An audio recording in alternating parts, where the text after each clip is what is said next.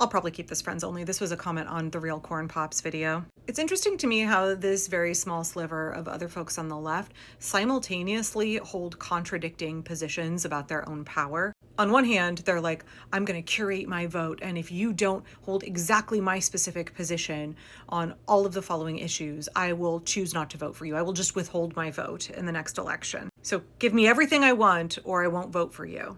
Which again, I realize Corn Pop is very young. That's a very naive way, a very immature way to approach your responsibility as an American citizen and your civic duty as a voter. As a staunch anti-capitalist, I would have not voted ever if I had demanded that any politician on a national level for Congress or for a presidential race held all of my opinions on the things I care most deeply about before I would give them my vote. So on one hand, it's this give me what I want or I will withhold my vote from you. Me and my peeps, we've got all this power and we are telling you if you don't do what we want, we won't vote for you and we'll make sure that you don't get elected. So that's on one hand. And then on the other hand, there's this, like, even if we had all voted for Kamala, she still wouldn't have won. We're such a tiny, tiny minority that our vote doesn't matter at all. So like, is your vote so big and powerful that you can make demands on a candidate on a national level when you've never engaged in politics on a local level, or you weren't involved in the primaries at all? You weren't supporting and working for progressive candidates at all, but you got to the general election and you said, I will curate my vote on whether or not you have these specific positions on these specific issues. And if you don't give me what I want here at the very end, the last lap of the race, if you don't give me what I want, I will withhold my vote and I will make sure that a Republican gets elected. But on the other hand, they're like, stop blaming us. We're so little and insignificant. We have no power. Now, I actually know the latter is probably true to some extent. A lot of these folks are in protected blue districts in blue states, but they're getting on with their very large platforms, 150,000, sometimes 1 million, 2 million more followers, and they're telling people how to vote. They're telling people they should demand certain things at the 11th hour in the general election. But there's none of this, like, get involved in politics on a local level, get involved in the primaries, go, as much as you may hate the Democrats, go to your state's Democratic convention, get on board, become a delegate for your state's Democratic convention and try and shift the platform. That is where you move things, right? Figure out how to use the process to enact change. Being like, I'm a tiny, tiny fringe voter and I'm going to stand here and shake my fist in the general election and say, give me exactly what I want, and then expect that the candidate will do that and then gloat when they don't get elected, gloat about a literal fascist taking power. And then when you do gloat, saying, well, it wasn't my fault, you guys. I'm just so tiny and insignificant that my vote didn't matter at all. If all of us together who are now gloating about how Kamala Harris didn't give us what we wanted had actually voted, she still wouldn't have won. But also we're gloating about how she didn't do what we wanted. She didn't swing far enough left, and therefore she cost herself the election. Like, you can't have it both. You can't have it both ways. And also, if you really care about change, then you have to get involved earlier in the process. I mean, I've said before, I look for like a Working Families Party endorsement or a DSA endorsement in our local elections.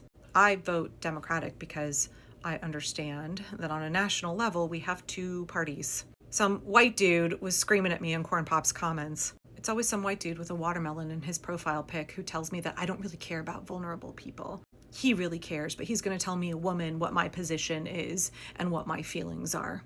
I mean, please don't give him any hate because he's only got 300 followers, but he did make this bizarre comment saying that I have co-opted the term harm reduction and distorted the meaning to simply mean vote for my team. The Democrats are not my team, Pookie. He then went on to say, you don't actually care about any of the topics you mentioned. You are only trying to score points. Again, Sugar Plum, you don't know me at all, clearly. That's great that you've cared about Palestinian liberation since the 90s. That's great. I'm really proud for you. Well done. You get all the woke points. Yay. The fucking audacity of leftist men to get on the internet and tell women, like, you don't actually care about the things you say you care about. You are lying on the internet. I know your position better than you do. I've never interacted with you before. I don't know anything about what you advocate for in the history of your work, but I'm going to get on here and say, you don't actually care about these things. You just want to score points. While then being like, I cared about Palestine way before you did, way before anybody else did. I absolutely am the wokest. Okay, I'm losing my temper now. I'm going to back off from that for a second. Right, my position is that, first of all, motherfucker, you don't know a single goddamn thing that I've done. And also, Democrats are not my team. I'm capable of focusing on Palestine and other vulnerable groups all at once, unlike a lot of this very small contingent of folks on the left. I understand that all of these issues are connected. I understand that my choice to vote or not vote impacts these vulnerable groups. I've seen a number of creators on the left who are not in this particular faction of the left lately who've said that some of these white pro-Palestinian folks sound very much like anti-choice, pro-life folks.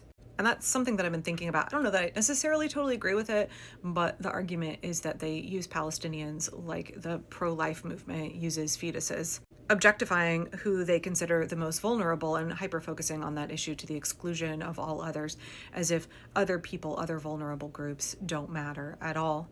And then taking actions that are actually harmful, detrimental to the group that they say that they care about, right? Pro-life people saying that they care about babies and children, and then supporting politicians who take away social safety nets, healthcare, food from babies and children. And then taking it a step further, actually taking away social services and supports that allow people to keep their pregnancies and to have more children, because we know that most abortions in this country are actually not a first pregnancy, are actually for somebody who already has children and can't afford to have any more. And we know that if you raise people up out of poverty, one, they're better able to access birth control, which now a lot of pro-life people, they don't want you to have birth control. But two, they are more likely to go ahead and have that second or third child because they can afford to.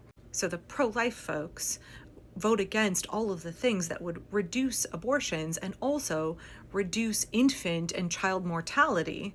Just like I see this contingent of like in blue states, privileged white people who take actions online or in their real life, I don't know, that don't actually do anything to stop the genocide, that don't actually do anything to help Palestinians. Because, Donald Trump getting reelected was the worst possible thing that could happen for Palestinians. It was the worst possible thing. And anybody who says otherwise is completely disingenuous. It's also the worst possible thing for the world's poorest people. It's also the worst possible thing for immigrants in this country. It's the worst possible thing for trans folks in this country. It's the worst possible thing for our children here and all children abroad. But none of that seemed to matter. And even now, as this conversation is rearing its ugly head again, because we are seeing much more coverage in the press and much more people who were really apathetic and checked out about what is happening in Gaza, like suddenly they care because now they're seeing starving children put right in front of their faces and they can't look away. I wish there was a way that we could make comfortable Americans care about famine before it sets in, right? A famine is the final stage of a hunger crisis. It's entirely preventable. It's entirely man-made.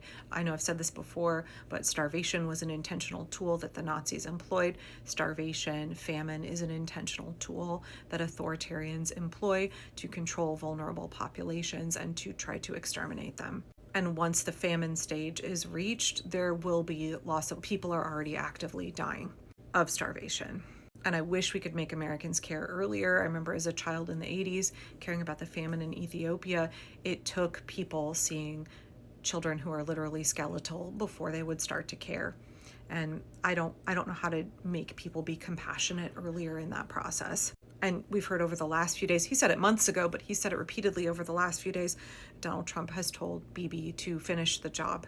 He also said Palestinians should be more thankful that he sent over $60 million worth of food aid. It's not clear how much, if any, of that reached Palestinians or whether they were just shot by the IDF like fish in a barrel when they tried to access it.